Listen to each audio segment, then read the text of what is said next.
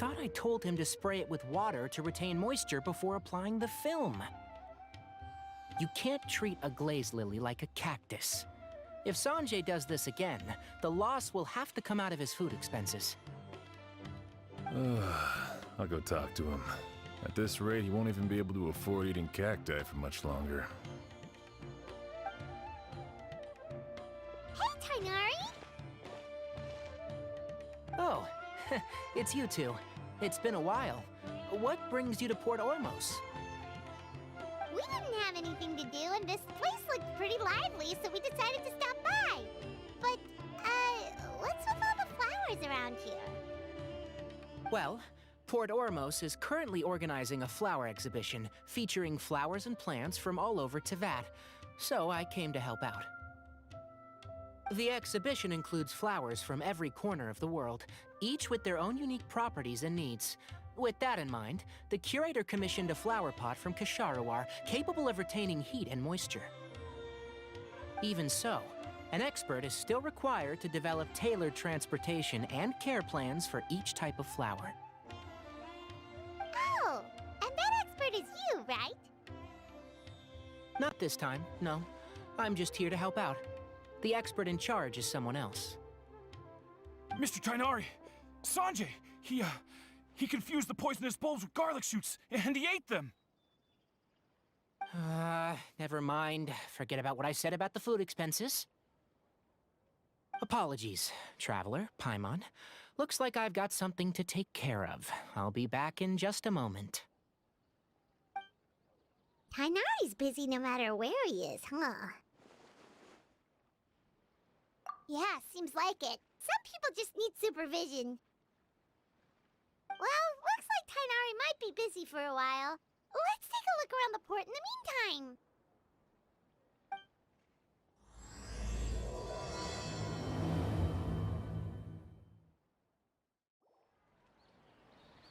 Wow, look at these flowers! They smell so...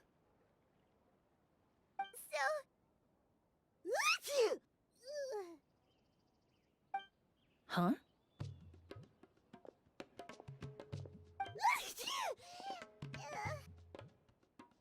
Paimon's... fine. She's just got a little...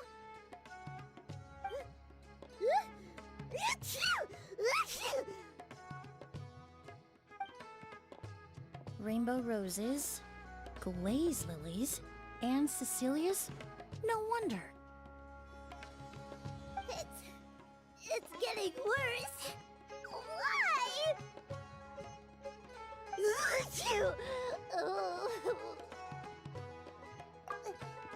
But, I was fine just a moment ago.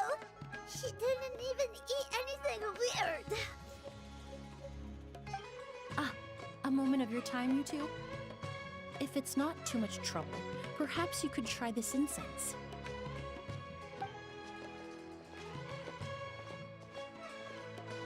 Incense?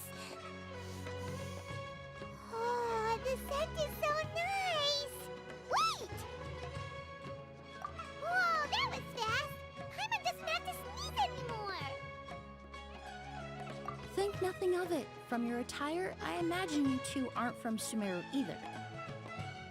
Seeing as we're both travelers from abroad, it's only right that we help each other out should the occasion arise. Oh, so you're here for the flower exhibition too? I suppose that's accurate. Oh, allow me to introduce myself. I'm Emilie, a perfumer from Fontaine. Paimon is Paimon! Thank you so much for your help just now. Oh, and this is... The Traveler, right? I've heard a lot about you from the Steambird. It's nice to finally put a face to the name. What happened back there? Why did Paimon start sneezing all of a sudden? Have you ever heard of hay fever? To put it simply, when inhaled, certain pollens can trigger abnormal physical reactions. But Paimon has seen these kinds of flowers before and nothing weird happened then. Well, we're all different. The factors that can trigger a reaction to certain stimuli vary by person. In isolation, the effects of certain pollens may seem minimal, but inhaling various types at once can trigger a more overt reaction. But there's no need to worry. Pollen allergies can be effectively mitigated with the use of medication. Oh, well, that's good. Traveler, Paimon, there you are. Is everything all right? I left in such a hurry, I forgot to warn you about all the pollen in the air. Emilie? Ah, what a coincidence. Looks like my worry was misplaced then. The Traveler and Paimon are in good hands. It was nothing, really. We happened to run into each other shortly after my arrival, and I offered them a bit of help, that's all. I'm more curious as to why you thought the Traveler and Paimon were in danger. Allergies are highly unpredictable. If you were concerned the pollen might trigger a reaction, that must mean something similar has happened in the past. Remember the first time we met? You fainted after inhaling Spirit Borneal.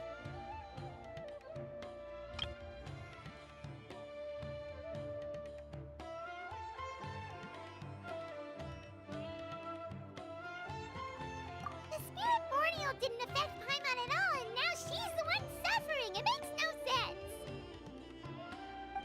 It's not really something you can make sense out of, Paimon. There are all kinds of allergies out there, caused by a variety of different factors. Some people are even allergic to almonds. It's not something you can generalize.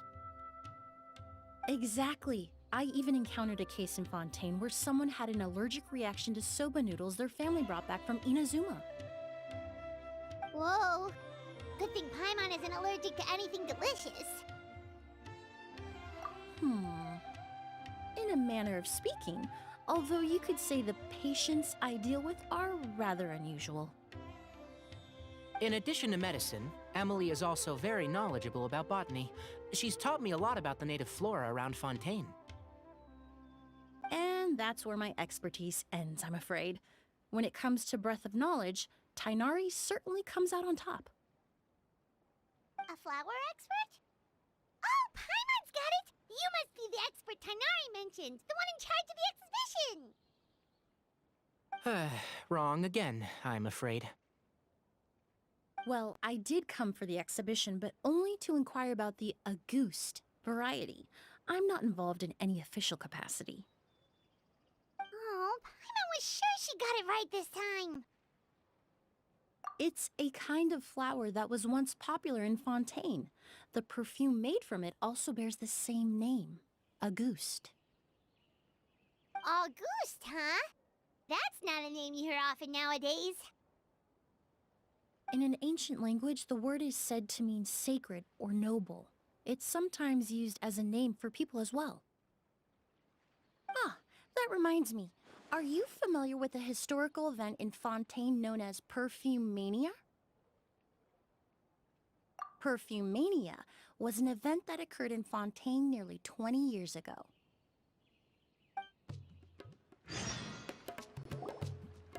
It all started when several merchants released their own lines of high-end, expensive perfumes, marketing them as must-have luxury products, the very symbol of elegance itself. No one anticipated the absolute frenzy this would create on the market, causing the price of perfumes to skyrocket.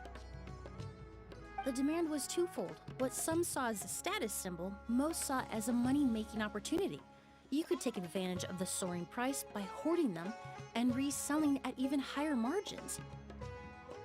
The value of these products became so inflated, regular bottles of perfume were even going for hundreds of thousands of mora. This resulted in countless disputes and scams. But at the end of the day, perfume is just perfume. The market value greatly exceeded the intrinsic worth of the product, creating an economic bubble that was never going to last. Luckily, the Palais Mermonia recognized the danger and intervened before the craze could truly spread. Many profiteers and scammers were thrown in jail as a result. In the end, only a few wealthy families were affected when the bubble popped. What does all this have to do with that Auguste you mentioned? Genshin earlier. Well, during the craze, the most popular perfume was none other than Auguste. The demand far exceeded the supply, to the point where it once sold for 10 million mora a bottle. 10 million? Then what about now? After the mania ended, most perfumes returned to a normal price. Auguste was the only exception. Its namesake, the flower used to create it, went extinct. As a result, no new bottles of Auguste have been made, and the value of the perfume remains exceedingly high. Indeed, the Auguste flower was not a natural variety, you see. It was specially cultivated for use in perfume making. When the bubble popped, all the flower beds used for its cultivation were destroyed in a fire. The variety has never been seen since. But didn't you say you came to the exhibition to look for it? Ah, yes. I came to investigate a certain rumor that the Auguste flower has reappeared in Sumeru. It's causing quite the stir in the Fontaine perfume market. Traveler, we should help Emilie look for it. I have to agree. Emilie wrote me to ask if I could look into the rumor, but the forest rangers haven't received any reports of new plant species recently. Even if I can locate the flower, I'm afraid you'll be disappointed, Paimon. I don't have any grand Mora-making endeavors planned. Divine, noble, one of a kind, all beautiful sentiments to be sure, but to me, they overshadow the very essence of the product. When it comes to perfume, I want people to forget the price and the prestige, and focus on the beauty of the fragrance itself. Wow, so noble. Of course, there's also a more practical reason. In recent years, low-grade counterfeit versions of Auguste have been popping up on the Fontaine perfume market. Every so often, someone will claim to have recreated the unique scent of Auguste, and the rumor mill will start comparing the counterfeits to my own work. Okay, that's more like the reason Paimon had in mind. Ever since that rumor started, 3 new perfumes claiming to be made from the Auguste flower have appeared on the market. If I can dispel the fanaticism surrounding Auguste, even just by proving the rumor to be false, Fontaine's perfume market can finally start to get back to normal. Then I'll be free from all the stories and added meaning and just focus on making what I like. That makes sense. Oh, I would of course be grateful for your help, but I wouldn't want to trouble you. Well, you said it yourself. We're both travelers from abroad, so it's only right that we help each other out. Huh, I suppose you're right. Then you have my thanks. Based on the information I have so far, it's unclear if the rumor is true. Mr. Edgar also thinks it's too early to say, but you could always go talk to him. He was there all those years ago, after all. Maybe he'll know something. Huh, I was just about to pay him a visit at the hotel. Edgar? Who's that? The person you've been trying to guess this whole time. The flower expert in charge of the exhibition. He's also the most respected and experienced perfumer in the area. Back when he was still working in Fontaine, Auguste was his creation. I should also mention, he was my teacher, the one who taught me the basics of perfumery when I apprenticed in Sumeru.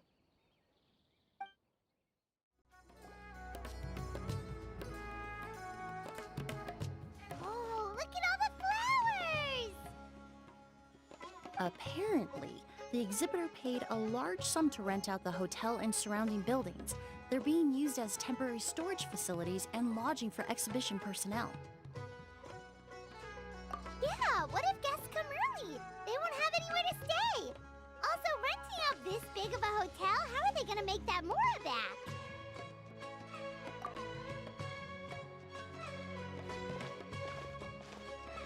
It's been so long, I almost didn't recognize you, Edgar. Well, you and your brother haven't changed a bit. Oh, yeah, look, all this catching up is nice and all, but let's get down to business. We need to talk about Kyria. Is he... Hold on. We have guests. It's nice to see you again, Master. Emilie? Is that you? Oh, it's been years. Look at you. You're all grown up. I've heard you've become quite the famous perfumer in Fontaine. It would seem the student has surpassed the master. Oh, well, it's all thanks to your mentorship. Ah, hardly.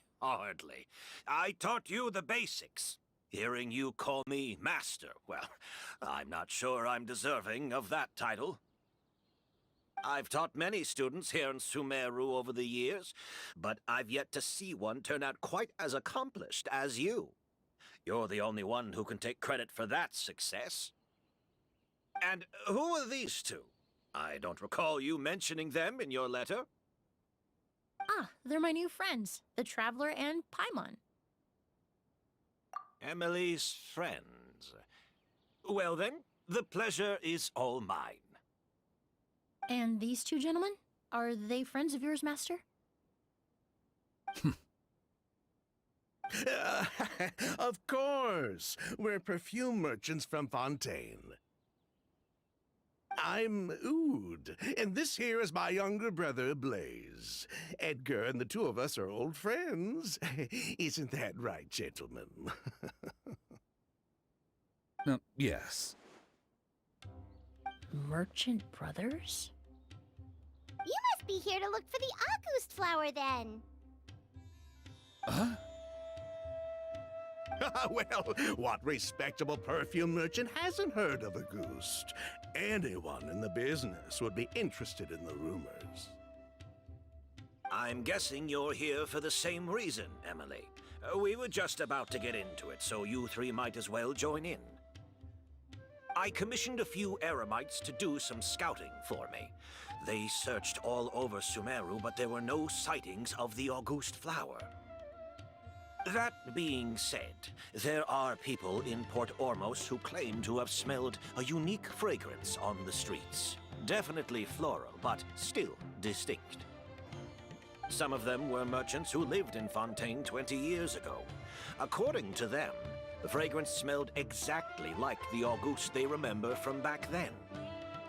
A one-of-a-kind, divine, and noble scent. Maybe someone around here just happens to have a bottle of August from back then. No, I don't think so. I doubt that's the case. Even if someone had a bottle that was never opened, the fragrance of the perfume would have changed over time. Very few perfumes can go decades without a change in scent. Auguste is even more prone to that kind of shift. Only a few bottles still exist in Fontaine, and their scent would have completely degraded by now. Although, could there be a flower out there with a similar fragrance? Or in accord with the same base notes? Impossible! If a goose were that easy to replicate, it would never have sold for such a high price all those years ago. The Auguste flower is back. It has to be. Technically speaking, the scent wouldn't be impossible to imitate. Well, let's table that question for now. Edgar, did any of those people mention where the scent was coming from? No. By the time they realized they had smelled something, the scent was already gone. If I hadn't asked about it, they probably wouldn't have given the experience a second thought. Compared to things we see and hear, smells can be much easier to overlook. It almost sounds like someone wearing the Auguste fragrance passed them on the street. Wait, are you saying... Just thinking out loud. Don't pay me any mind. We don't have much to go off of right now, but we can't rule out that possibility. I'll send some more people to investigate. You all traveled so far to be here. Why don't you rest in the hotel for a bit? Oud, Blaze, this is the key to your room. Ooh, you've got the keys to the rooms? Do we get free lodging too? My apologies. All the rooms in the hotel are accounted for, I'm afraid. Most are being used for storage ahead of the exhibition, you see. I managed to tidy up one of the rooms for these two at the last minute, but by the time Emilie wrote to me, there was no more space left for her to stay. Oh, and we just showed up out of the blue. Guess that means there's definitely no space for us. I should have been more considerate. Here I am with an entire hotel at my disposal and no place to offer you to stay, even after you made the trip all the way to Sumeru. Don't worry, Master. I can sleep on the boat tonight, or I could even camp in the wild. It would give me the opportunity to collect some plant specimens while I'm here in Sumeru. Ah, even better. Although, would it be possible for me to leave some of my luggage here? It would be rather cumbersome to take it camping. It shouldn't take up too much space.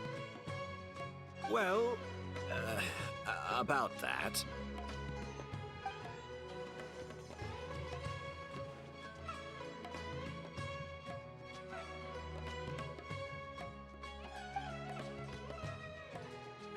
Of course, no trouble at all.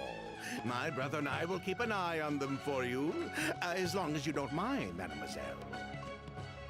All right, then. Oud, why don't you take Emilie inside and find a suitable place for her luggage? I'll prepare some refreshments and join you in a bit.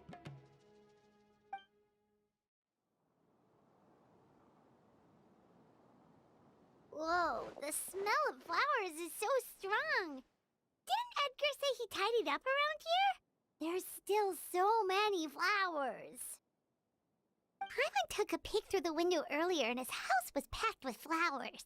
Looks like this exhibition is gonna be huge. No, that's a florist thing. We work closely with the essential oils of various plants, but to maintain a sharp sense of smell, most perfumers prefer to keep their homes free of strong odors. Oh, guess there's just too much to store for the exhibition then. Oh, this room seems to be a connected suite, and my brother will be staying on the other side of the suite. Blaze, while you're out, why don't you bring our luggage over as well?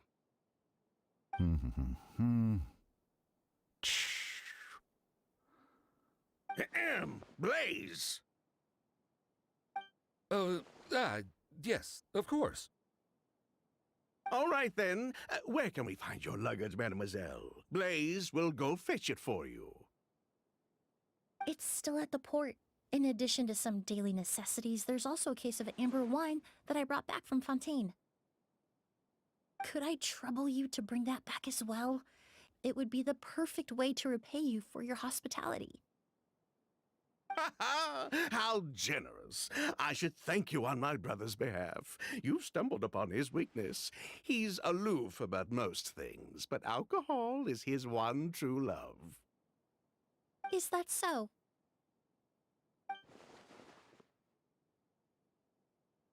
Mr. Oud, Mr. Blaze, thanks for... Hey! What are you doing?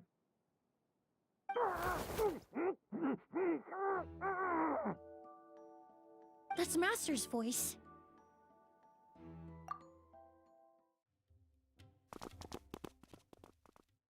Edgar!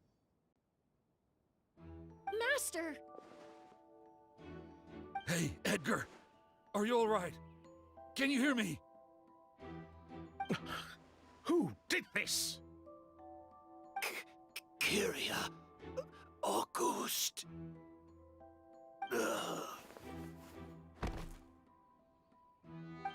Kyria. Hey, Edgar? Edgar! No, don't shake him. He's injured. Just leave him to me. You two can... Oh, thank you.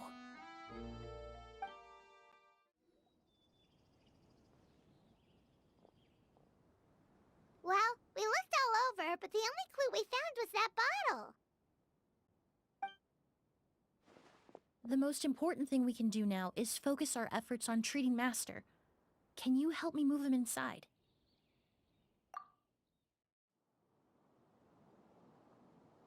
So, how's he doing?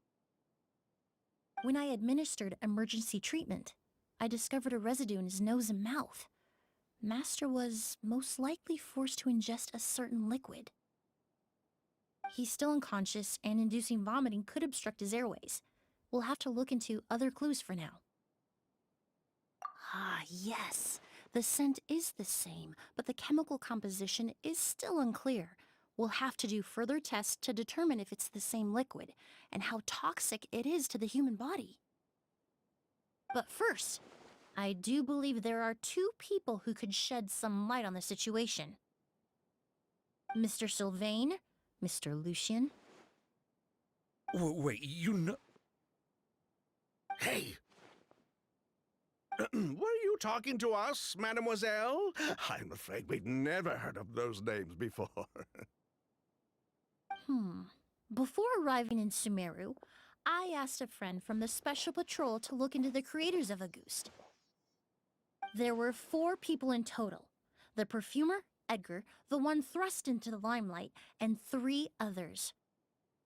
A researcher from Sumeru responsible for cultivating the Auguste flower, and 2 merchant brothers responsible for promoting the product on the market.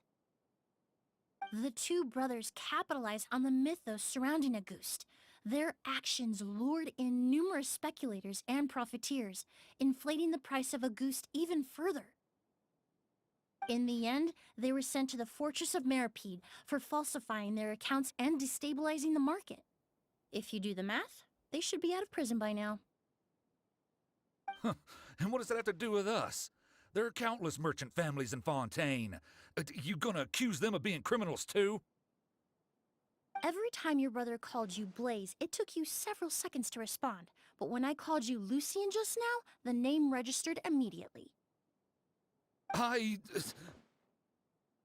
Ah, Miss Emilie, out of respect for your position as a famous perfumer in Fontaine, I'm inclined to believe that was simply a poor attempt at humor. You have a bright future ahead of you. You wouldn't want to develop a reputation as someone who throws around false accusations, especially among merchant circles. You claim to be regular perfume merchants, and yet, when I brought up amber wine, you took it to be alcohol. What? Amber wine is a perfume I created several years ago. It wasn't particularly renowned, but I'm certain any respectable perfume merchant in Fontaine would know of it. Unless, until recently, they were living somewhere completely cut off from the perfume world. Somewhere like the Fortress of Meripede, perhaps? Emilie, you little...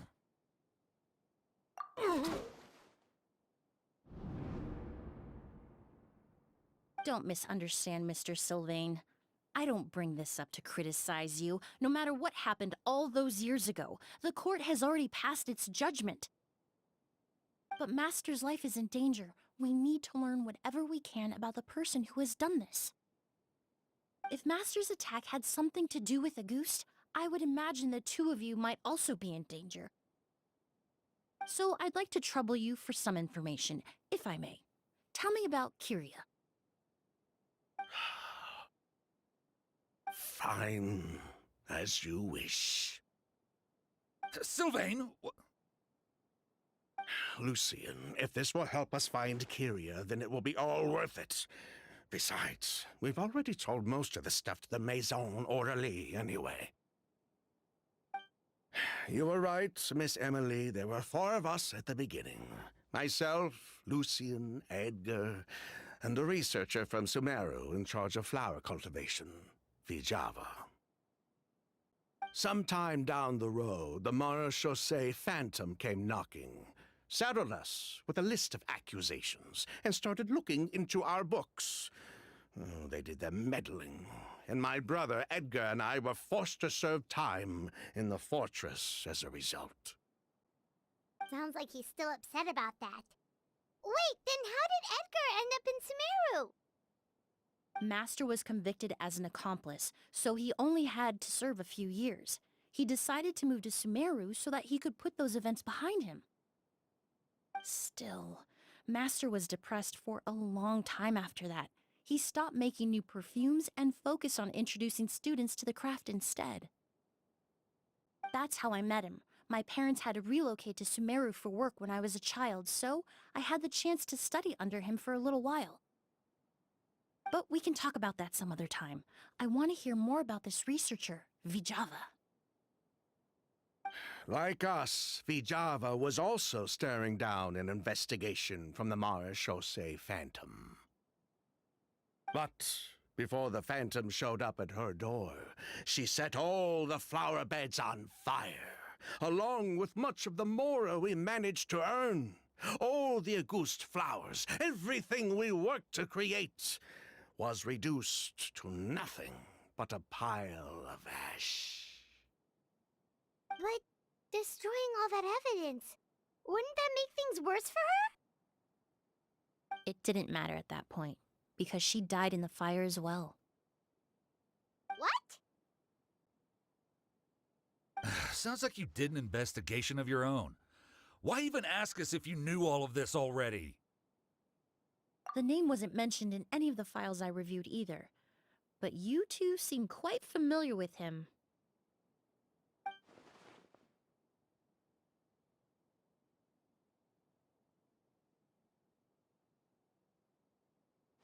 Kyria was Vijava's younger brother. He was just a clueless kid back then, somewhere in his teens, I think. He helped his sister with her work sometimes, but that was pretty much it. He didn't have any idea what we were doing. Vijava kept him close most of the time. The three of us were probably the only ones who even knew she had a brother. After our operation was compromised, he disappeared. There were no signs of him until recently, when people started saying the Auguste flower had reappeared in Sumeru. So, you think Kyria took something with him back then? Something that allowed him to reproduce the Auguste flower? Vijava doted on the kid like you wouldn't believe. She even told us to give her cut to her brother if anything happened to her. If she left something behind before she died, believe me, Kyria's the one that has it. And judging by the liquid in that bottle, the Auguste flower wasn't the only thing he reproduced. He managed to replicate the perfume itself. So the liquid Edgar was forced to ingest really was Auguste. Wait, does that mean Auguste is poison? Poison? No, no. Of course not. No perfume is meant to be ingested.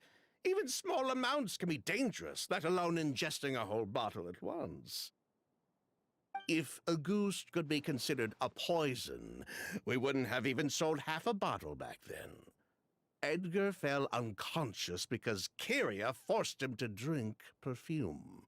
It just happened to be Auguste.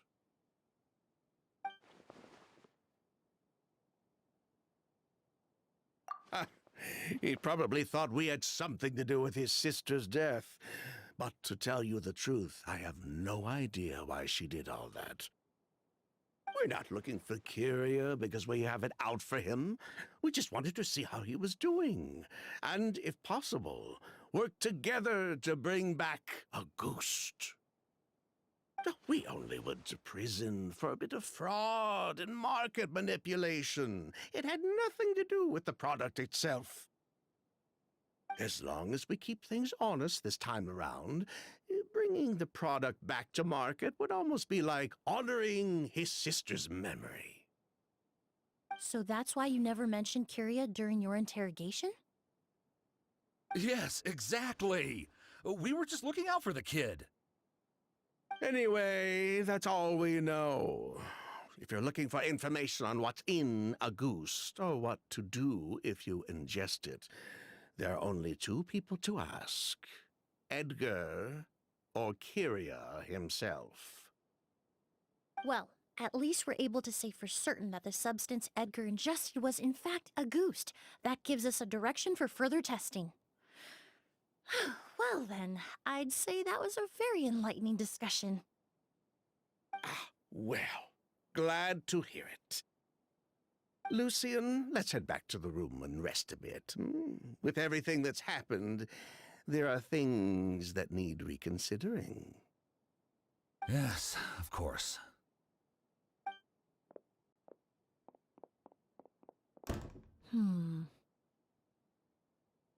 Huh, you think so too?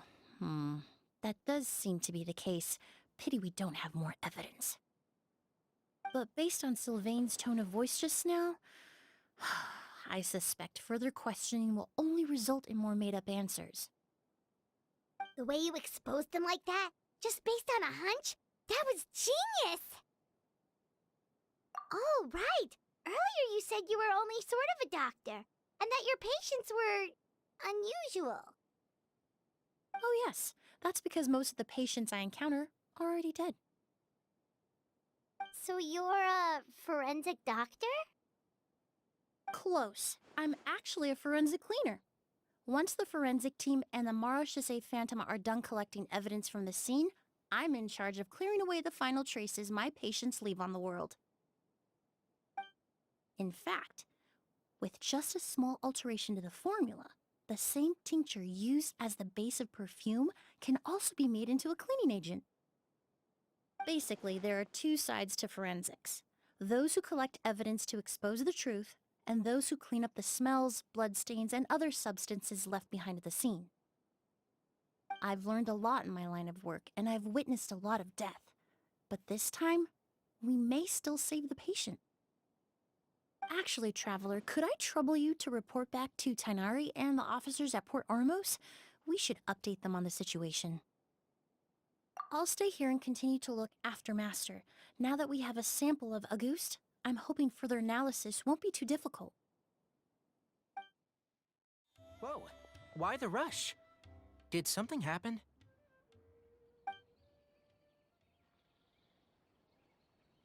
What?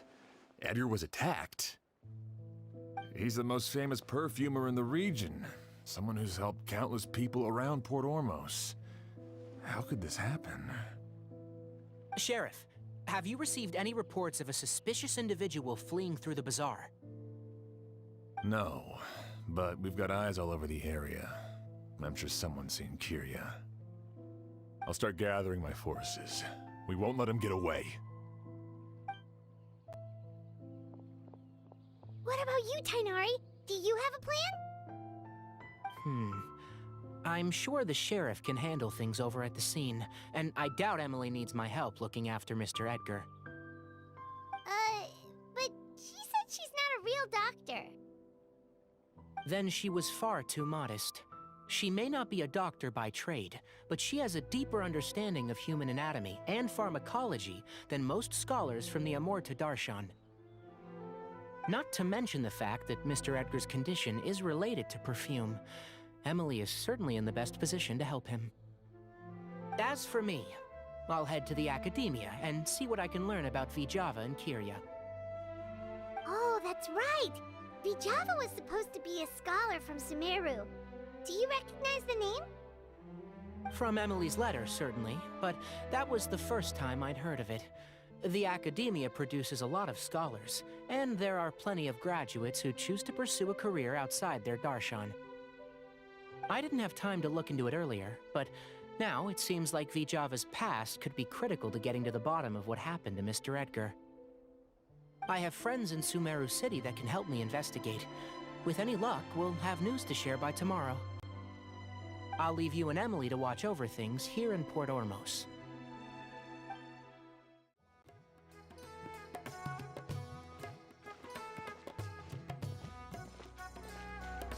Emilie! No longer in critical condition, thankfully. He's still very weak, but with a bit more rest, he should regain consciousness soon. My chemical analysis of Auguste also went smoothly, although it certainly raised some questions. I was able to identify the components that give the substance its fragrance, but I also noticed an abnormal trace of elemental energy in the sample. Elemental energy? Hard to say. It was such a minute amount, proportionally speaking, like mixing a single drop of perfume into the ocean. I had to use one of the newest tests developed in recent years to even detect the traces present in the sample. Unless you were abnormally sensitive to elemental energy, I doubt it would have any effect, even if you use the product every day for 10 years. As for whether Master's condition was caused by the elemental energy present in the sample or some other component of the perfume, it's still too early to say. Oh, that reminds Paimon. Did Tainari come and find you? Maybe we could ask him to take a look. I received a message from him last night, but I haven't heard anything since. The message said he was looking into some information at the Academia. Oh, Paimon thought he might have stopped by to see you first. Excuse me? Is Miss Emilie here? Oh, perfect! Familiar faces! Traveler, Paimon, you're here too!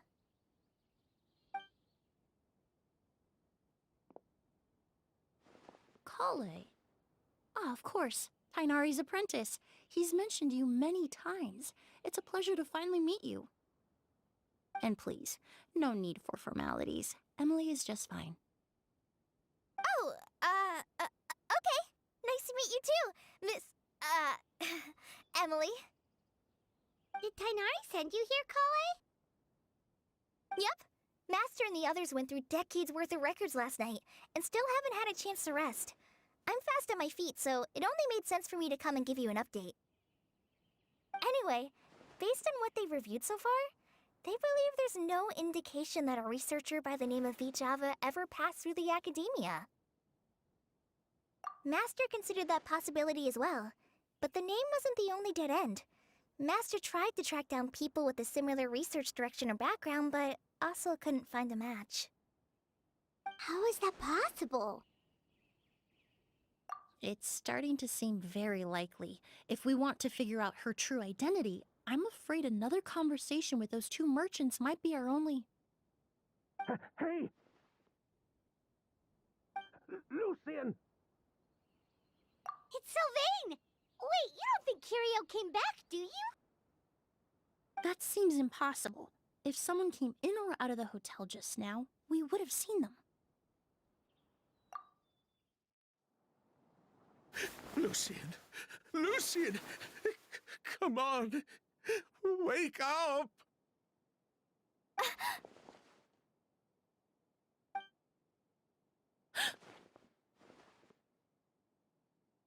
Emilie, Emilie! My brother, he's gonna be okay, right? He's just unconscious. Like what happened to Edgar?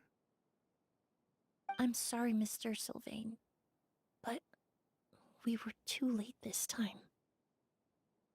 No, that's not possible.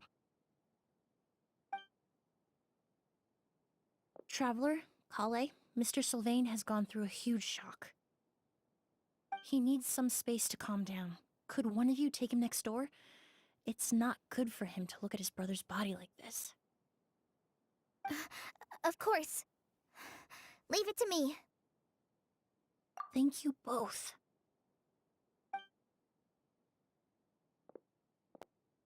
Mr. Sylvain, let's get you up. Here, take my hand. Nice and slow.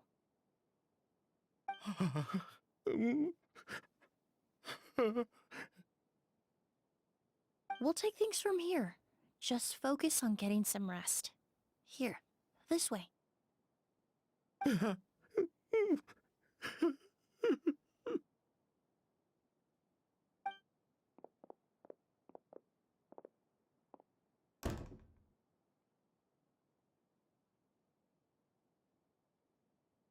Poor guy. He's like a shell of his former self. He may have made some bad decisions in life, but right now, Paimon can't help but feel sorry for him. Good person or bad, the death of a loved one is equally painful.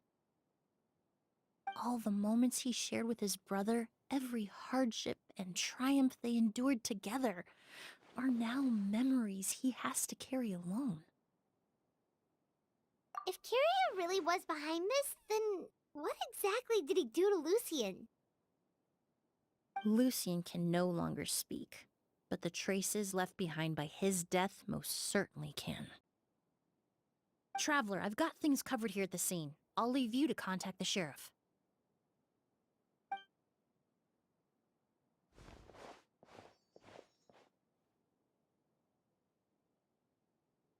Who would have thought? Yesterday's case is still up in the air, and now this happens. Miss Emilie, I heard you're an experienced forensic doctor. Have you been able to discover anything? Oh, I'm not actually a forensic doctor. I just happen to have some relevant knowledge. I did take a look, though. Judging by the temperature and rigidity of the body, it appears the time of death was sometime last night. I'd have to do a more thorough investigation to find out more. Then, would you mind helping us investigate? Before he left, Tainari said we could trust your judgment if something like this were to happen. Of course, I appreciate your trust. Many of the traces left behind at the scene will fade with time, so the sooner we investigate, the better. We'll help too. We don't know much about dead bodies, but you can leave the other clues to us.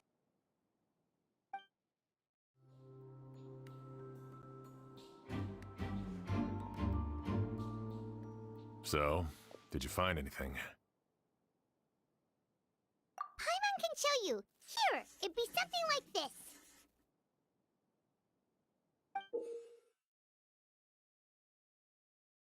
But entering through the room next door without alerting Sylvain...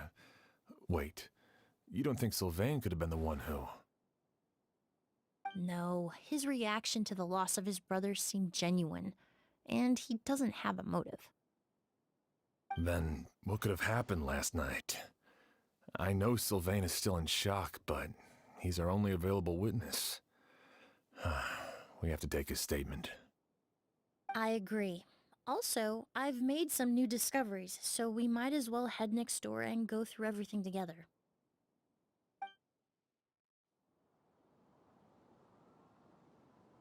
Mr. Sylvain, I need you to tell me everything you and your brother did since yesterday afternoon. Did you see or hear anything strange? After Kyria attacked Edgar, my brother and I were incredibly careful. We returned to our rooms and decided to lock all the doors leading to the hallway. The only door we kept unlocked was the one connecting our rooms. That way, if we heard any commotion coming from the other room, we could help each other. But I didn't hear any sort of commotion last night. Not a single noise. I woke up this morning, opened the door, and Lucien was... So, no movement from the room next door. No forced entry via Sylvain's room. No signs of a struggle at the scene. And no external injury on Lucien's body. What kind of cause of death are we dealing with here? I did notice a few things about the body. Lucien's pupils were dilated, and his skin was flushed. Very similar to Master's symptoms after the attack yesterday. There weren't any traces of liquid in his mouth or nose, so it's unlikely he was forced to ingest anything. The more plausible explanation is that he inhaled a substance without knowing it, and I'd say that substance was likely a ghost. A goose? No, that's not possible. Inhaling a goose won't kill you. And anyway, it would have been for just one night. No, that's not what I meant. Emilie, you ran your tests, didn't you? Go on, tell everyone whether you found any poison. No, I didn't find any common toxins. See? A ghost is harmless. The market response proved that years ago. That may be true for most people, but not for everyone.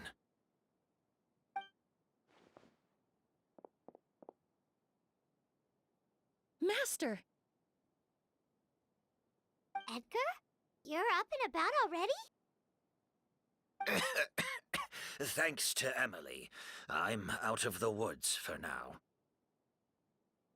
Sylvain, no matter how hard you may try to hide it, the truth will always come to light.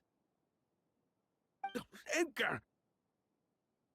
Even if we could keep it a secret for another 10 or 20 years, do you think Kyria would just let us be? No, he would never give up. Not if he's doing all of this for Yelena.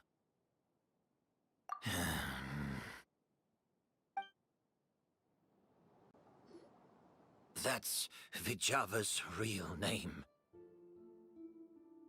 Yelena wasn't a scholar from Sumeru. She was an exiled Fatus from Snezhnaya. A Fatus? The Fatui. Well, that means the elemental energy present in Auguste was... Ah, so you've already detected it. Well, Sylvain, looks like there's truly no reason to hide things now. Oh, The Auguste flower was created with the mutative and distorting power of a delusion. A delusion? The Fatui, delusions... I never would have thought Auguste was hiding this many secrets. Born of a delusion, Auguste contained distorted elemental energy. A prolonged exposure over many years could have a harmful effect on the body. that's enough, Edgar. I'll take it from here. At first, Yelena wanted to keep refining the perfume and the flower, but no one knew how long the perfume mania was going to last back then. It didn't have any effect on ordinary people anyway. Every day we postponed going to market was another day of lost earning potential. So you decided poisoning people was worth the risk? Listen, it's not like it was good for business. But all that talk about Auguste being harmful over time, Yelena was just speculating. The impact was practically negligible. Unless you were particularly sensitive to elemental energy or had an entire bottle shoved down your throat like Edgar, you could use the product for decades and be completely fine. It may be true there are no records of Auguste poisoning in Fontaine. But even if no one was acutely poisoned, willfully bringing a product to market despite explicit knowledge of its harmful effects is still a serious crime.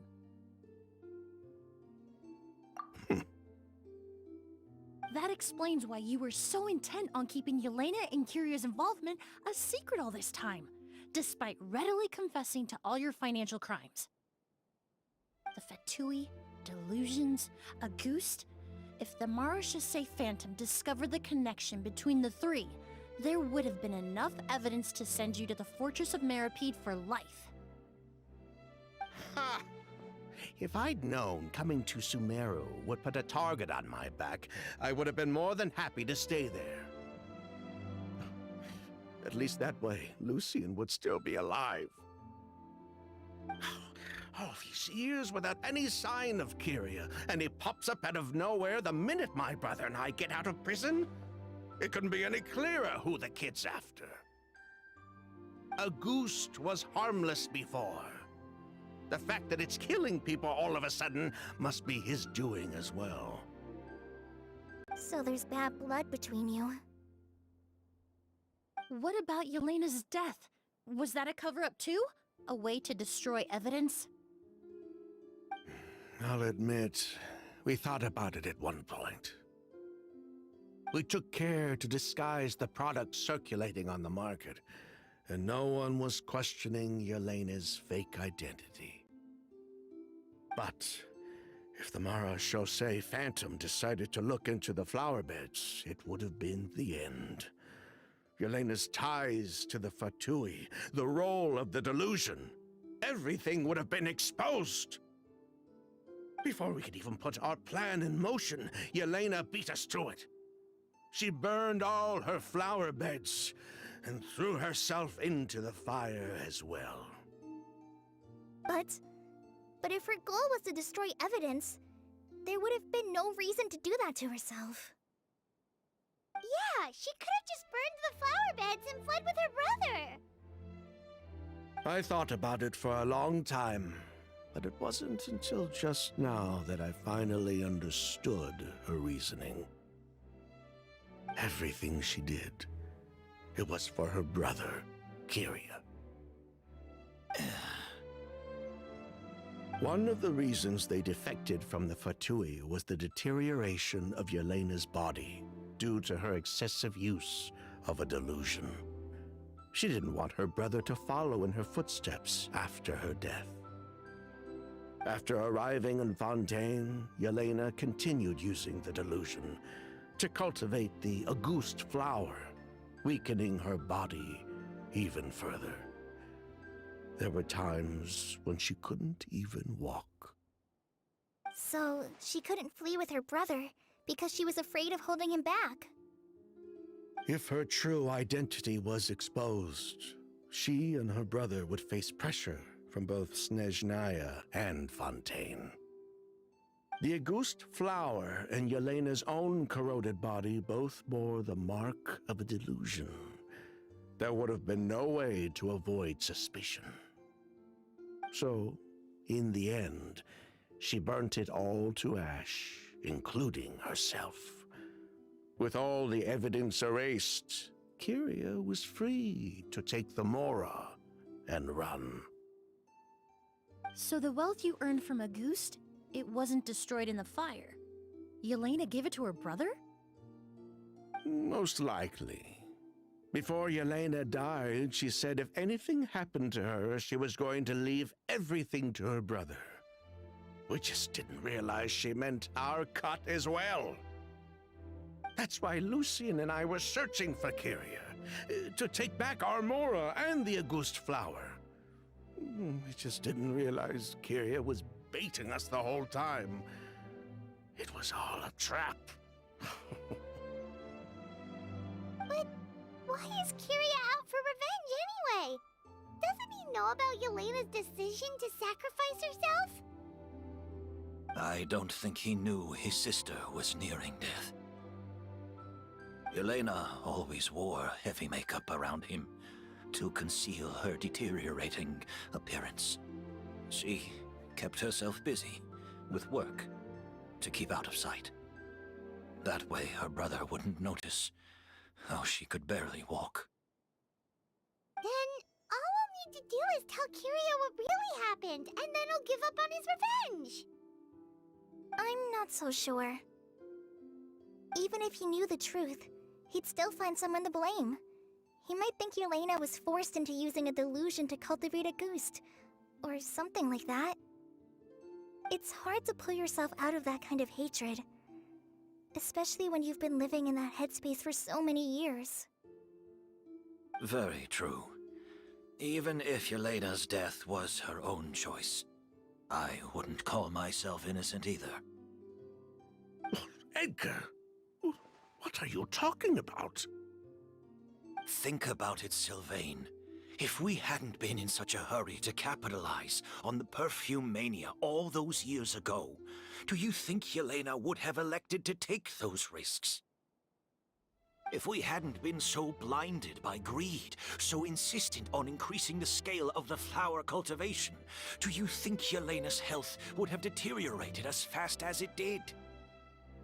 If we hadn't invited the Marechaussee Phantom to our doorstep by breaking the law at every turn, Yelena could have survived. She knew her limits. She knew her days were numbered.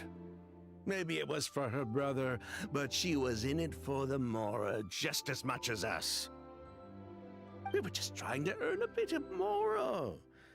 And what, we deserve to die for that? Target me for being the mastermind, sure. But what about Lucien? He was just following my orders. Lucian's crime, was it really so extreme that he had to pay for it with his life?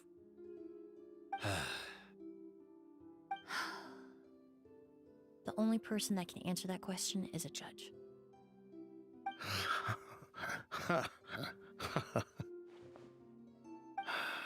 Fine. I've said my piece anyway. Drag me back to Fontaine to stand trial. I don't care. 3 people from Fontaine, 1 from Snezhnaya, and a crime committed in Port Ormos. What a headache. Well, we can only wait until the Academia sends someone to deal with it. I'm guessing we'll have to contact Fontaine as well. In any case, we won't really know anything until tomorrow. With the exhibition, we don't even have space in Port Ormos to detain anyone. Such a headache. The hotel could suffice. You could station a few officers to keep an eye on Sylvain and myself. Although with Sylvain's mental state and my physical one, I don't think you need to worry about a jailbreak. Mr. Edgar, are you saying... If Sylvain is to stand trial, then I deserve the same fate. A crime is a crime, accomplice or not. I'd just like to take care of a few things before I go. Say goodbye to my plants and all that. As for Sylvain, I'm sure he also has some goodbyes of his own.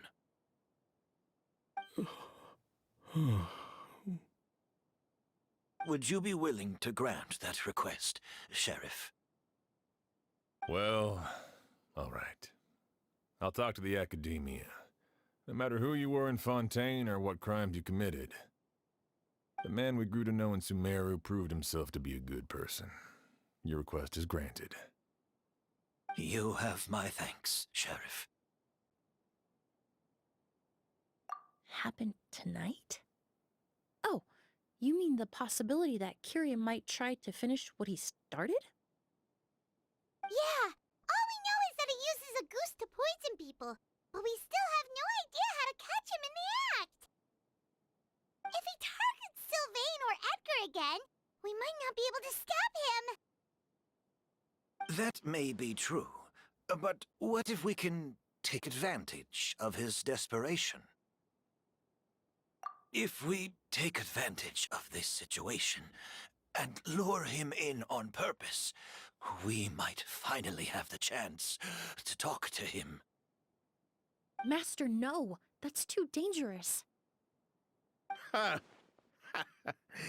So, that's your plan.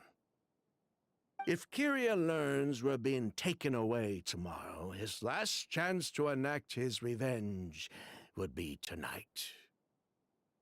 In other words, you want to use us as bait to capture him. Capture? Not necessarily. I just want to talk. What? Are you afraid of him? Afraid? This is my only chance to make him pay for what he did. I'm spending the rest of my life in prison anyway. I can't just sit back and let him ride off into the sunset with our fortune. There's no way I'm letting him get away with it.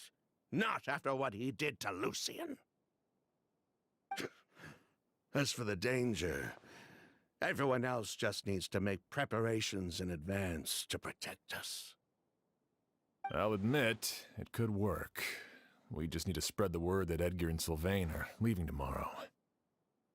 Then I'll station some of my men around the hotel. If we have your assistance as well, our chance of success would be even higher. I still have some reservations. But if you insist on carrying out this plan, I won't deny you my help. I'll also keep watch. Although I think Sylvain and myself should remain alone in our respective rooms. If Kyria noticed another person in the room, he might decide to turn back.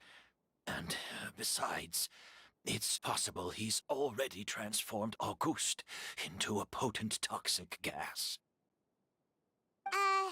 You mean if he doesn't see a way to get his hands on the two of you, he might get so desperate that he'll just start using Auguste on everybody?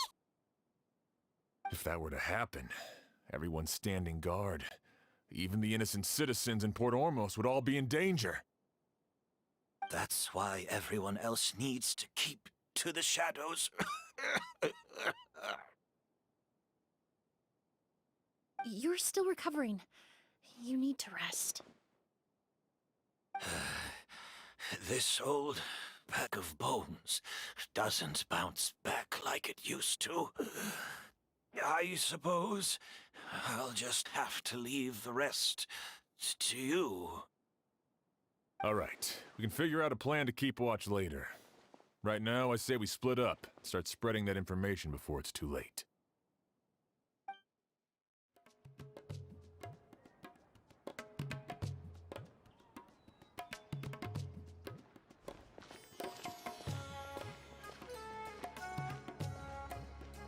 Have you heard? Mr. Edgar's been detained. He's being taken away tomorrow. What? He's the one who helped craft all the fragrances for our shop. He taught my child how to make perfume. How could this happen? He hasn't been convicted yet. Let's just wait and see what the court has to say. Oh, everyone on the street is talking about the rumors. No matter where Kiri is hiding, he must have heard them by now. Let's head back to the hotel and take a break. We can see how the other preparations are going while we're at it.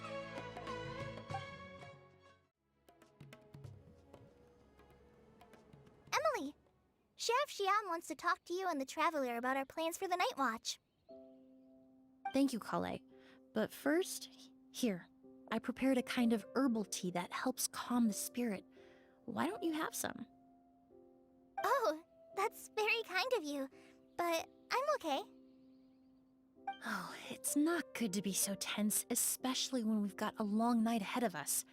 I don't mean to put you on the spot, but I couldn't help but notice that something seems to be on your mind.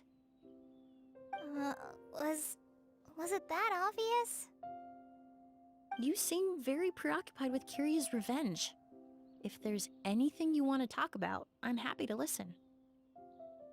Oh,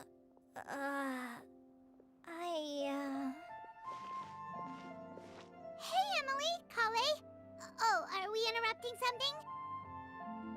No, not at all. This will be easier to talk through with you here anyway. I've just been thinking. If Kiria has the capacity to commit murder while remaining completely undetected, why didn't he target Sylvain along with Lucien last night? There was just a single door separating them. If his intention was to target both brothers, then there was barely anything standing in his way. Don't you think? When I accompanied Sylvain to his room after Lucien died, and saw how distraught he was, I suddenly realized. Maybe Kiria did that on purpose. Maybe he wanted Sylvain to experience the pain of losing a loved one before he completed his ultimate revenge. So did he attack Edgar as a warning then? To scare Sylvain and Lucien? Based on what we've heard about Kiria, that may very well be the case. Losing his sister all those years ago. What has been going through his head? What has he been forced to endure? Whenever I get to thinking like that, I just can't help but wonder. If I were in his place, would I be able to let go of that hatred? I'm sorry. I know I shouldn't think like that. Not after everything he's done. But I just can't help it. There's nothing wrong with the way you're feeling. Empathy is a part of human nature. In all my years of cleaning up crime scenes, I've witnessed countless families mourn their loved ones. Their cries of devastation and anger still echo through my mind, even now. Some of them even try to stop me, begging me not to erase the last remnants of their loved ones. But Getting swept up in those emotions will corrupt your judgment. Surround yourself with fragrance for too long, and your sense of smell will become dull. Allow yourself to be consumed by your emotions, and you lose the ability to think rationally. So while you hold on to that sense of empathy, you also need to ask yourself, do Sylvain and Lucien really deserve to die? How much did they truly know about the Fatui and the delusion? Did they force Yelena to make those decisions? Answering those questions requires a lot of time and evidence, while a single act of vengeance can put those answers forever out of our reach. I've witnessed a lot of deaths in Fontaine. When someone dies, a certain amount of information can be inferred from the traces left behind at the scene. But generally speaking, death will just leave most questions unanswered, and the whole picture ever incomplete. Once you're consumed by hatred, it will become next to impossible to think about things that way. For someone like Kyria, I'm sure right and wrong lost all meaning a long time ago. You're right. The fact that we can approach these questions from this perspective isn't because we're more rational than them. It's because we're fortunate enough not to have suffered that kind of loss. But that also makes us perfectly positioned to stand on the outside and try to pull them back from the brink before it's too late. I understand Kyria's decision, but I still want to stop him. Master, Sylvain, and Kyria. They all deserve to survive. Huh. The fortunate and the unfortunate.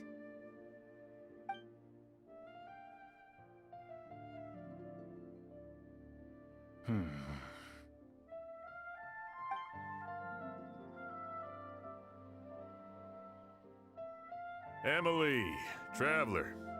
Huh? Edgar, you're here too? Oh, it's you two! Didn't you head back to your room to rest, Edgar? Is it really okay for you to be out and about like this? A little exercise never hurt anyone.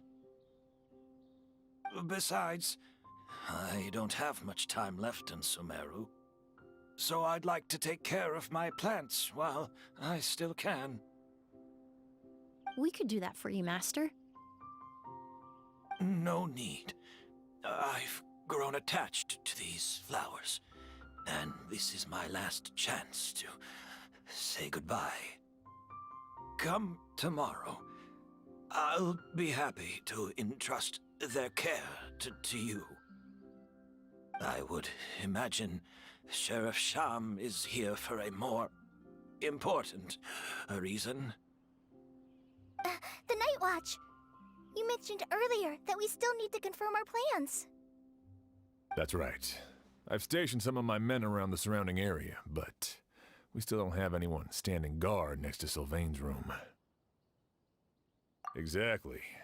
After some discussion, we concluded that Sylvain has the highest risk of being attacked next.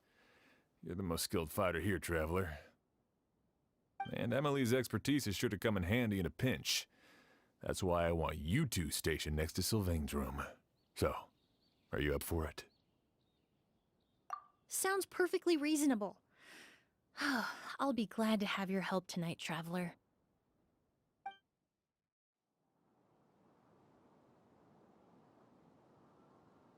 Huh. Not a peep. Has Kyria given up on his revenge? Guess we'll have to keep at it.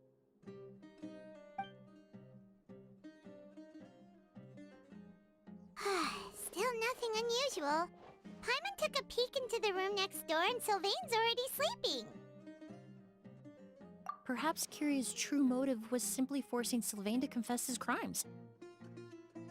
No, that can't be right.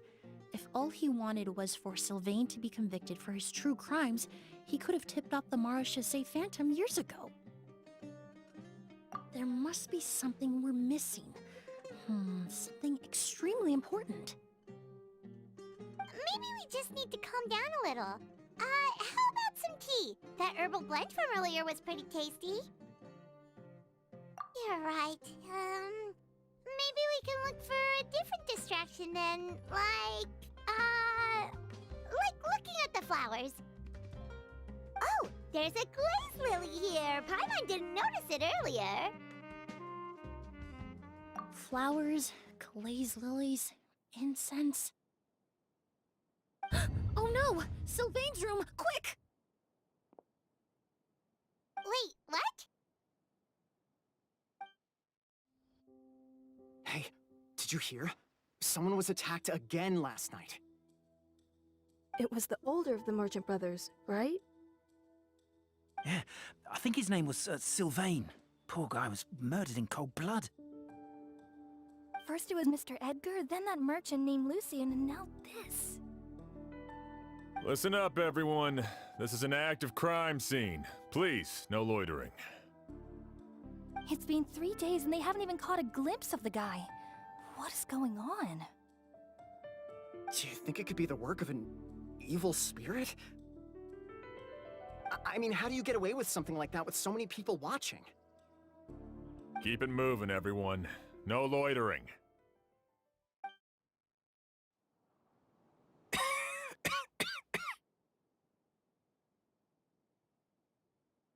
I suppose I'm next.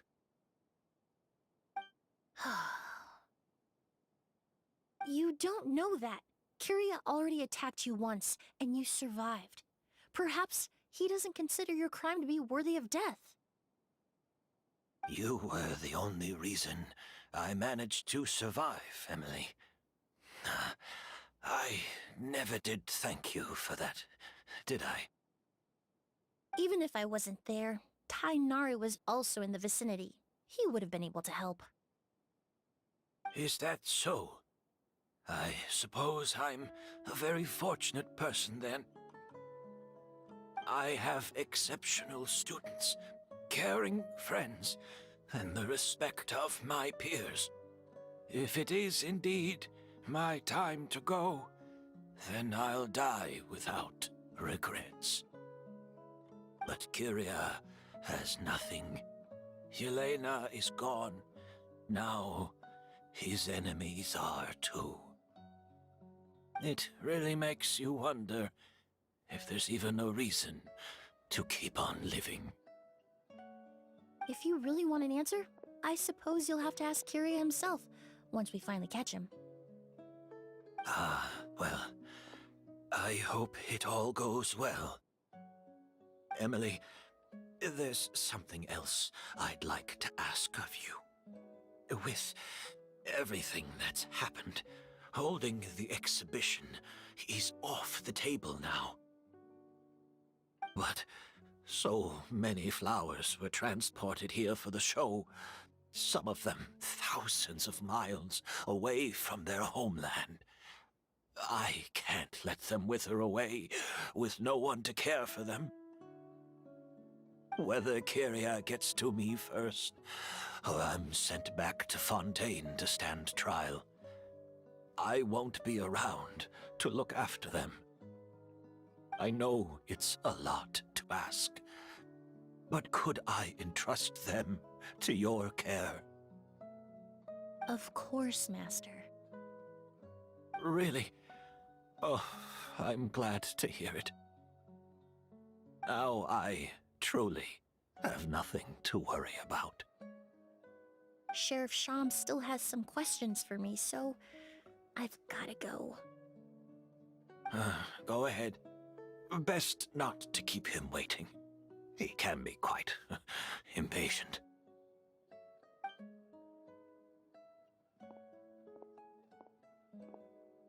I'm sorry, Master.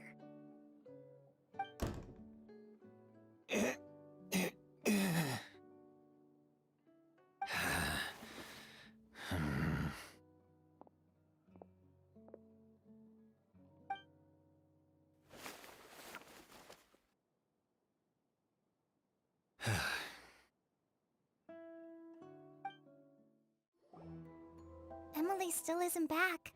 I hope she didn't run into any trouble. Yeah, that's true. Traveler, I had my men start spreading the information you requested, The crowd is gone now too, but I have to admit, I'm not really sure what's going on. After listening to Emilie's plan, I started getting the materials together and arranging personnel. I barely had a second to spare last night. To be honest, I'm still not sure how the crime was committed that night. The key clue was right in front of us the entire time! Let's go! We'll show you where the culprit hid a goose.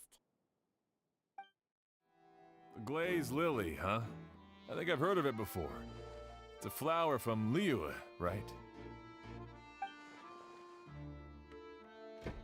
Well, did you know it only blooms at night? Emilie, you're back! Exactly as expected. A flower that only blooms at night. Ah, like the Neelitpala lotus.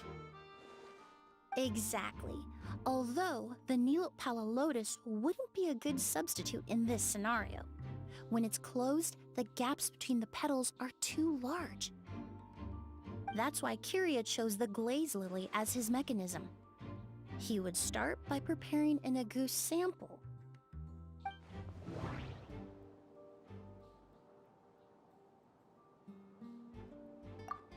If applied to the outside, you would still be able to smell a goose, even in the daytime. If poured into the flower pot, the liquid would seep into the soil. That might prevent the substance from taking effect. There's a sticky substance on the edge of the flower petals. It's one I recognize. If you stick the petals together with slime condensate, then, in the daytime, the glaze lily would act almost like a hidden container. That's right! He applied a diluted form of slime condensate to the petals to stick them together and enclosed a sample of agouti in the center. That way, the agouti would remain trapped inside during the daytime, unable to seep between the petals and evaporate into the air. This also allowed the culprit to plant the poison well in advance while his targets remained oblivious. However, the diluted slime condensate wouldn't be viscous enough to prevent the petals of the glaze lily from opening at night. So by nightfall, the flower would bloom, thereby forcing the target to inhale the agouti trapped inside. And Kyria could execute his revenge without having to step foot inside the room during the night. By the next morning, the sample of agouti would have nearly fully evaporated. The glaze lily would have already closed its petals, and any lingering odor would be concealed by the fragrance of the other flowers in the room. Wait a second. You're telling me this version of a goose is so toxic, inhaling the minute amount trapped inside a flower is enough to kill a grown man? And how did Edgar even survive ingesting a whole bottle of the stuff? That's because agouti is just as dangerous now as it was all those years ago. The level of toxicity has never changed. Only a small subset of people are truly at risk. Ah, you mean people who are sensitive to elemental energy. So it's just some sort of happy coincidence that Sylvain and Lucien are allergic to the stuff? That can't be right. They were involved in the operation all those years ago. If the stuff gave them a bad reaction, they would have known from the very start. I wouldn't use the word allergic necessarily. It's more like they're susceptible to its effects. But that distinction isn't important right now. You can think of it this way. It's not that Sylvain and Lucien are innately sensitive to elemental energy, but that Kyria found a way to ensure that they would be.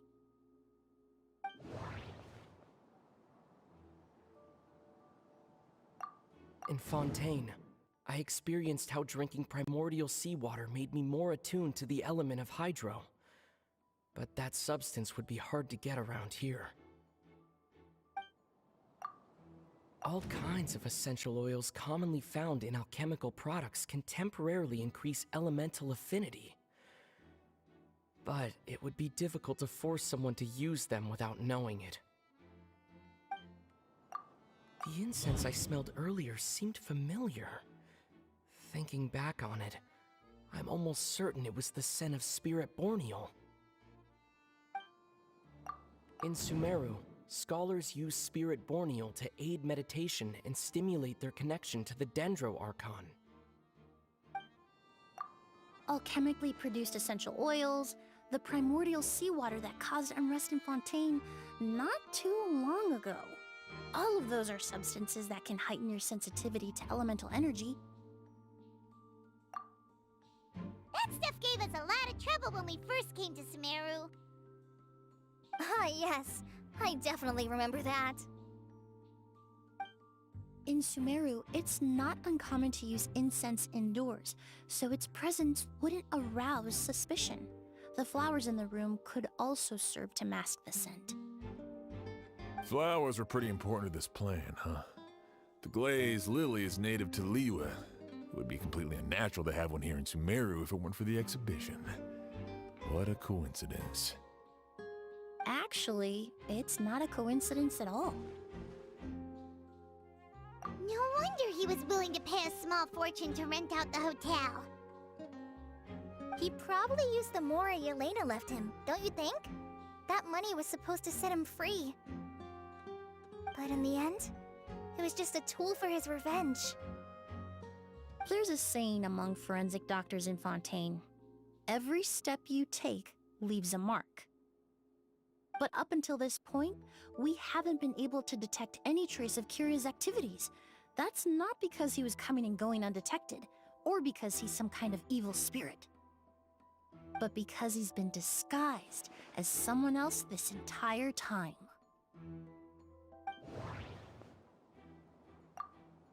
Creating such an intricate mechanism out of a glaze lily, setting up the Spirit Borneal in advance, and arranging for Sylvain and Lucien to stay at the hotel. It all points to one person, the expert in charge of the entire exhibition.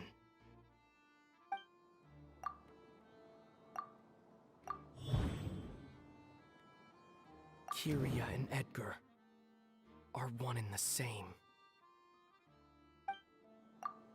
But Kiria was only in his teens back then. He wouldn't even be 40 years old by now. Edgar's lived here for so many years. Even if he changed his appearance, going that long without giving anything away, it would be impossible. Bad news, Sheriff! Mr. Edgar was attacked! What? A dark shadow-like figure just ran out of his room. It was giving off a really ominous aura. But before we could even react, the figure up and disappeared like some sort of ghost or something. By the time we got a look inside the room, Mr. Edgar was gone. Do you think Kiria kidnapped him? I need you to think very carefully about this. Are you certain that figure wasn't Edgar himself? I mean, Mr. Edgar was so frail. I don't see how he could have moved that fast. It would seem Master decided to tap into an ill-advised source of power. What? But that's so dangerous with the condition he's in. It's... But why? Why would he do that? He's already accomplished his revenge. No.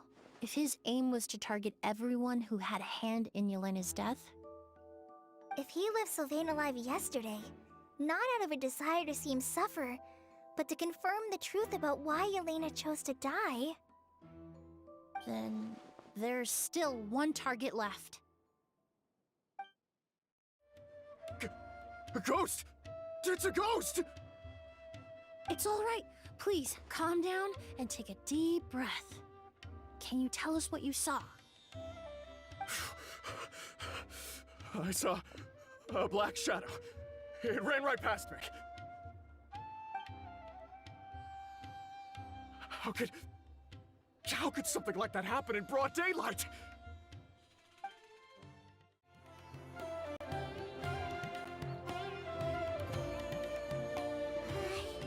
If we go any further, we'll be out of Port Ormos. There'll be hardly any witnesses. It's all right. I can detect a faint whiff of the scent from here. I would say he passed by this location not too long ago.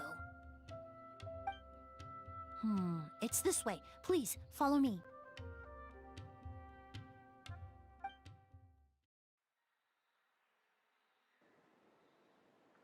Oh! O's!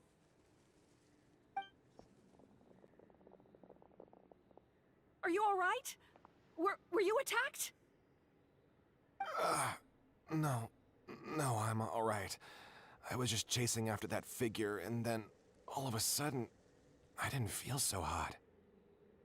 Let me take a look. The air definitely feels heavy. It smells nice, but for some reason, it's hard to breathe. This feeling. I've encountered it before. Everything looks all right. It was probably just the stress of the chase, combined with the impact of the environment. A bit of rest would do you some good. I can't rest. Mr. Edgar is still in there. He taught my sister how to make perfume. He's a good man. I can't just abandon him to die by Curia's hand. Oz, you need to calm down and listen to me. Edgar is the one we're after. He and Kyria are the same person. But how is that possible? I thought you said Kyria was in his 30s. Mr. Edgar is 70-something. Changing your appearance to look decades older, that doesn't seem possible. That's precisely why he had to resort to extraordinary measures to age himself. Kyria used a delusion to bring back the Auguste flower, corroding his body in the process, just like his older sister. No. He couldn't have. Mr. Edgar has been in Port Ormos for years. If someone started impersonating him all of a sudden, we would have noticed. And what if the impersonation started before he ever set foot in Sumeru? I've yet to confirm it, but I suspect Kyria killed the real Edgar in Fontaine not long after his release from prison. While Edgar was incarcerated, Kyria started making preparations to replace him, including forcefully aging his body, studying perfumery, and planning the real Edgar's demise. The new Edgar then decided to relocate to Sumeru, seemingly out of an innocuous desire to let go of the past. He even left perfume making in favor of mentoring students, but these decisions were all for a specific purpose: the need to distance himself from anyone who might see through the facade. And Sumeru fit the bill to a T, with no one around to question his identity. All he had to do was grow a beard, don a pair of glasses, make a few minor alterations to his appearance, and everyone would believe he was exactly who he claimed: Edgar, a perfumer from Fontaine. As the years went by, he removed his disguise little by little and continued to refine his skills. It would have been a gradual process, one that ensured no one around him would notice anything unusual. That explains why Sylvain said he barely recognized Edgar back at the hotel! He aged himself decades beyond his years just so he could accomplish his revenge! Is that even worth it? I need to find Mr. Edgar. He's not that kind of person. He can't be. What you really need is to get out of here and rest. No, I can keep going. Wait! This environment is likely being influenced by the delusion. Any discomfort, no matter how slight, should not be treated lightly. I know how to relieve your symptoms, Mr. Ooze. Please come with me and rest. I'm sure Kyria... No, Edgar wouldn't want any more innocent people implicated in all this. Kale's right. The Traveler and I will take things from here. From our brief exposure to a goose, it would seem the substance has little effect on us. This leads me to believe those blessed with a vision or capable of wielding elemental power are more resistant to the effects of abnormal elemental energy. In other words, this environment doesn't pose as much of a risk to us. Actually, now that I think about it, this stronghold likely has multiple points of entry. If the target were to escape from a different point of entry, that might allow him to evade capture. I hate to trouble you, but we need people to survey the perimeter.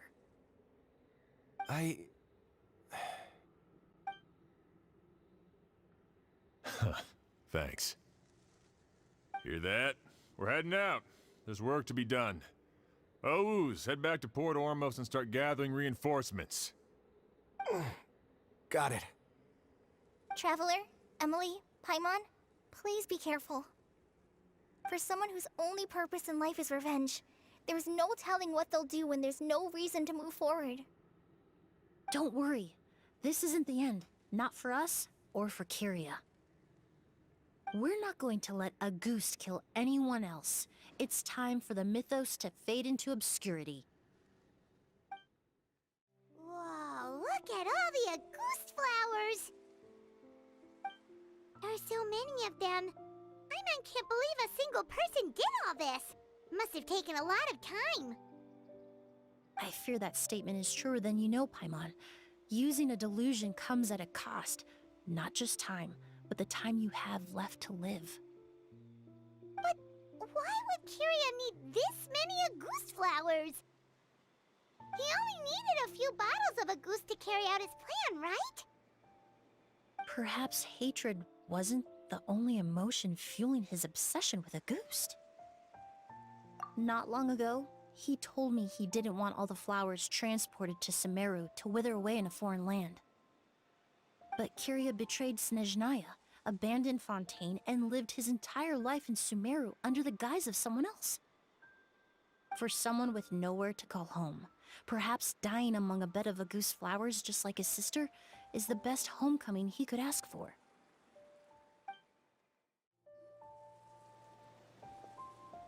The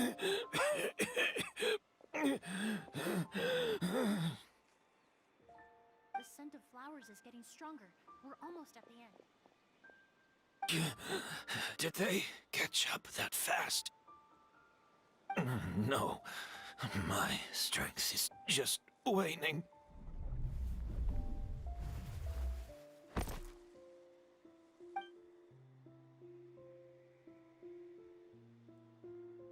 But it doesn't matter. This is far enough.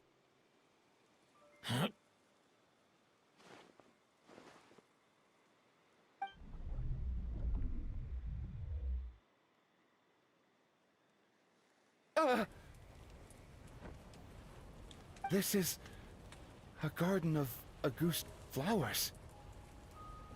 But it's not mine. It's the one that was set on fire all those years ago in Fontaine. Yelena? Yelena! You tried to hide it from me, but I always understood. The reason why you continued to use the delusion, the reason why you set your garden on fire, it was all because of me. I shouldn't have listened to you that day. I shouldn't have taken the Mora and ran. But by the time I realized something wasn't right, there was nothing left. The flowers were gone. And so were you. I know I'm almost 20 years too late. I should have come looking for you earlier. I should have died with you that day.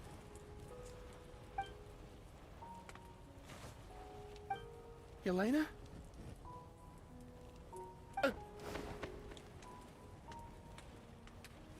Yelena!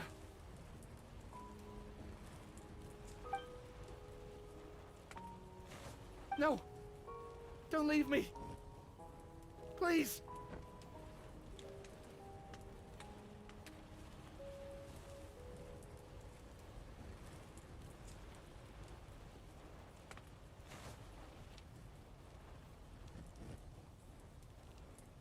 Yelena!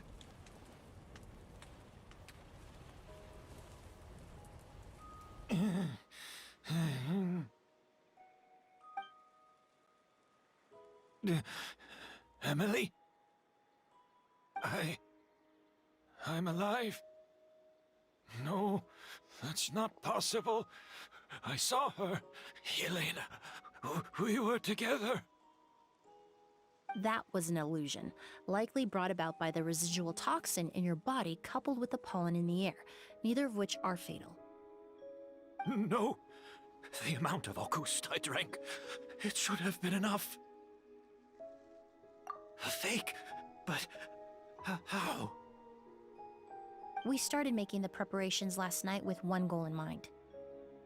To create a perfect accord. The accord is the basis of perfume making, the product in its most primitive form. Ambergris mixed with cedarwood, rounded out with a base note of agarwood. This is the scent of leather? Exactly. We're unable to extract essential oils from leather, but by combining other raw materials, we can recreate its essence. That is the purpose of an accord. Does that mean you can recreate any scent in the whole world? I'm afraid not. Certain fragrances in this world are simply one of a kind. That quality is what draws people in and fuels their obsessions. If I wear a goose to the ball, I'll also be one of a kind. Our competitor already got their hands on it. It doesn't matter how much it costs. I have to buy something better. This fragrance will be one of a kind, no more. Myths can be deconstructed.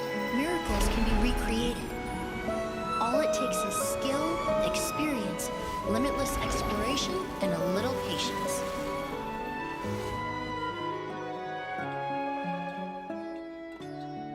The only thing left is determining where the real Auguste is hidden.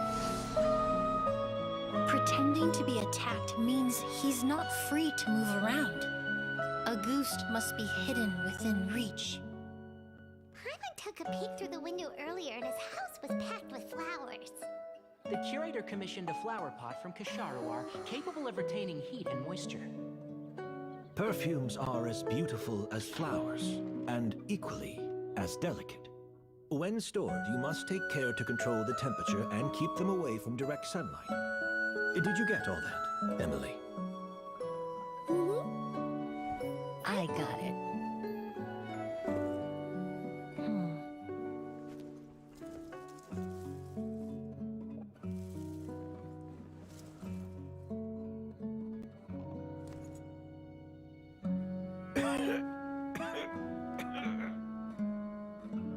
Did you hear? Someone was attacked again last night. So, Sylvain is dead. Is that right? Yes, Master. So, you switched the bottles of Auguste, and then lied to me about Sylvain's death. Convincing you that your revenge had been completed was the easiest way to get you to let down your guard. Impossible. Even if you found a way to switch out the bottles, there's no way you could have made an accord. If Auguste was so easy to replicate, Yelena wouldn't have. It was a combination of rainbow roses, glaze lilies, and Cecilias. Those ingredients would have conflicted with each other if you tried to combine them in the past. But recently, we found a way for them to work together. Rainbow roses, glaze lilies, and Cecilias. Auguste was created over 10 years ago. All this time, people never stopped analyzing it, never stopped trying to recreate it. Perfumery techniques are advancing day by day. We've found better ways to extract essential oils, separate oils and fats. We even discovered new ways to combine fragrances together. The mythos surrounding Auguste may have been untouchable almost 20 years ago, but now it's time for it to become a thing of the past. The past? You've been working as a perfumer for all these years. You should have always known that it is possible to make an accord, even if only in theory. But the meaning you assigned to Auguste became so inflated, you allowed yourself to get lost in it, just like the perfume mania that captivated the public all those years ago. You believed in its divinity and grandeur. You believed it was entirely one of a kind. Your obsession with Auguste is also what allowed us to predict how you intended your plan to end, and to make preparations in advance. We just didn't expect it to happen so fast.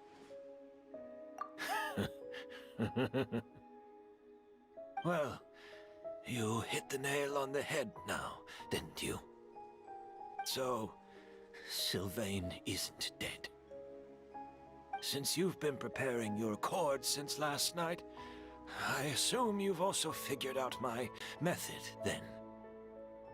That means the news of Sylvain's death, the crowd gathered outside the hotel this morning, it was all an act you put on with the sheriff? Yes. If we hadn't, you might have resorted to the delusion out of desperation, or continued to use your Spirit Borneal and Auguste combination to wreak havoc. Who knows? Maybe I would have just offed myself then and there. I know if you had things your way, you would carry the truth of Edgar's demise and the secrets of this garden to the grave, but I'm sorry, Master. I don't want to see any more death. Sylvain only inhaled a small amount of poison. He's being detained as we speak. All the crimes he concealed back then will be exposed in a court of law for everyone to see, and all his secrets will be revealed. The same goes for you as well. Is that so? Well, I suppose I'll be spending the rest of my days in a prison cell then. Whoa, he accepted that kind of fast. I don't feel the need to justify my actions, nor do I intend to repent for them. I did what I set out to do. I may have lost in the end, but it was my choice every step of the way. And if I could do it all over again... But there's no going back, is there? Careful, everyone. This environment is dangerous. I'll lead the way. Stick close and hurry up. We can't let Edgar die. Looks like I'm almost out of time. Although, I do have one final question, Emilie. Of course, Master. The combination you used to make your accord. How did you figure it out? The scent of Auguste is complex and varied, yet the main ingredient consists of a single variety of flower. So, as I was analyzing the sample yesterday, I got to thinking, what if the scent of the Auguste flower was already imbued with that complexity during its cultivation? You're saying Yelena designed Auguste to have the scent of multiple flowers? Rainbow roses, glaze lilies, Cecilias. The perfumers of the past knew that if you combined their essential oils directly, they would just cancel each other out. It was a conundrum they could never solve. But if you cultivate a new flower species that intrinsically carries the unique features of those three scents, you can bypass that issue entirely. It goes without saying that for that time, this idea was a stroke of genius. Rainbow roses, glaze lilies, and Cecilias. Those really do seem like flowers you would choose. Yelena.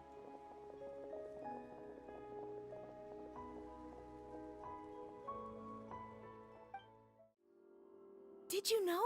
Miss Emilie's releasing a new perfume! Right, I heard about that. I think it's called Yelena. Seems like everyone in Fontaine is talking about the new perfume you're releasing. I was hoping to release it without such a fuss, but the news spread way faster than I expected. I just hope it won't become the source of some new myth, especially after all the work we did to demystify Auguste. I did, although I made a few modifications to the formula to make the scent more pleasant and long-lasting. I actually brought a few samples with me today. I hope they're to your liking. Also, I was hoping you could try out the fragrance before I officially release it and tell me your thoughts. Of course! A good sense of taste and sense of smell go hand in hand, you know? Just leave it to Paimon!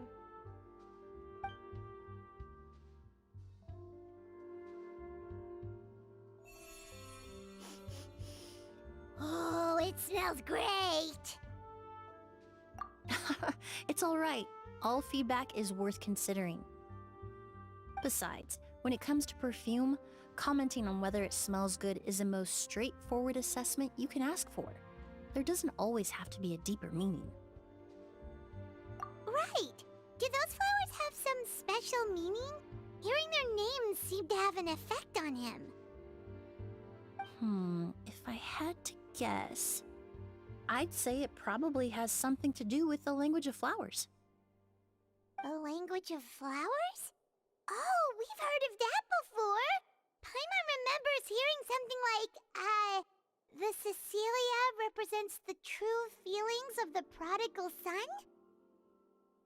What each flower is said to represent varies by person and across different moments in history. The same is true for the flowers that make up the scent of Auguste. After returning to Fontaine, I did some research, and it turns out the meanings of those 3 flowers can be reassembled to form a single phrase. Forget the past and keep on living. Perhaps that's the legacy Yelena always intended, not the nobility and grandeur most people associate with Auguste. You think Kiria knew about that? I paid him a visit before his trial and explained what I found, but he didn't seem to care. Who knows? Maybe she didn't mean anything by it at all. That was his response. Yelena is gone. We'll never know what she was thinking. We can look for meaning all we want, but it'll never be anything but conjecture. Even if that is what she was trying to say, I would never be able to forget her. Avenging her death? That was the meaning I chose for my life. Kiria cultivated his revenge like a flower.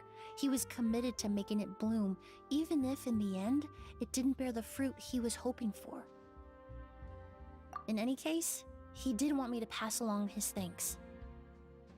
Thank you for saving my life, for giving me the chance to learn that Auguste could have carried a very different meaning.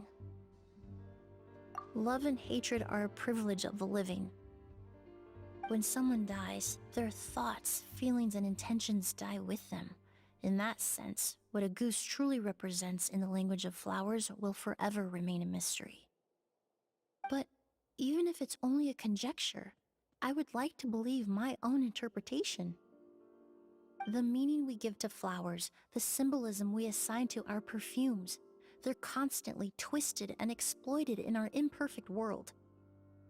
And yet, at the very outset, they're born from the simplest and most beautiful desires we hold in our heart.